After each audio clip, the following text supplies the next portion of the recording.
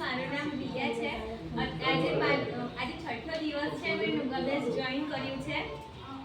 મને અત્યારે થાઈમાં પ્રોબ્લેમ છે, પેઇન થાય છે અને કાફ મસલ્સમાં પ્રોબ્લેમ થાય છે. એટલે મને ચાલવામાં તકલીફ પડે છે અને પેઇન થતું હતું. મેં ઘણી દવા કરી, મેં પેઇન કિલર પણ બહુ લીધી છે, પણ એનાથી ખાલી દવા આપણે લઈએ ત્યારે જ સારું થાય છે. અત્યારે 5 દિવસ થયા, મને ફેર દેખાય છે અને હું અત્યારે આવું છું અને હું એ પણ કહીશ કે અહીંયા કોન્ફિડન્સ પણ વધે છે. હું તો નાની છું, હજુ તો હું 25 વર્ષની જ છું, પણ બીજા બધા અહીંયા આવે છે મારા કરતાં એજેડ છે, એ વધારે ઉંમરના છે. એ લોકોને જોઈને મને વધારે પ્રેરણા મળે છે અને એ લોકો આટલું સારી રીતે કરી શકતા હોય તો હું કેમ નહીં.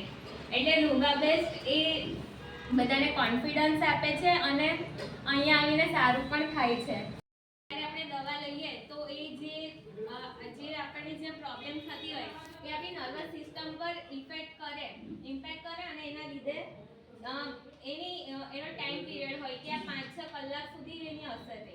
તો એ જે ટાઈમ પીરિયડ છે એટલામાં જે આપણને પેઇન થતું હોય એ નર્વસ સિસ્ટમની જે નસ હોય એને બ્લોક કરે, એના લીધે આપણને પેઇન ના થાય.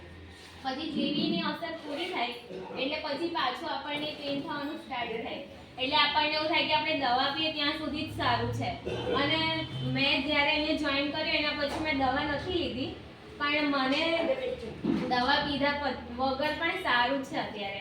એટલે અહીંયા જે આ થેરાપી આપવામાં આવે છે એનાથી ડાયરેક્ટ સ્પાઇન પર ઇફેક્ટ થાય અને એ જે નસ હોય છે એમાં પણ બ્લડ સર્ક્યુલેશન સારું થાય છે અને એનાથી જે આપણા શરીરના જે બીજા ઓર્ગન્સ છે જેનું ડાયરેક્ટ આપણું મગજ છે એની સાથે સ્પાઇન જોડે છે આપણા અવયવોને બધા બોડીના. તો એ બ્લડ સર્ક્યુલેશન સારું થશે તો જે બધા મેસેજ છે એ પણ સારી રીતે પહોંચશે અને આપણા જે બીજા ઓર્ગન્સ છે એ સારી રીતે કામ કરી શકશે.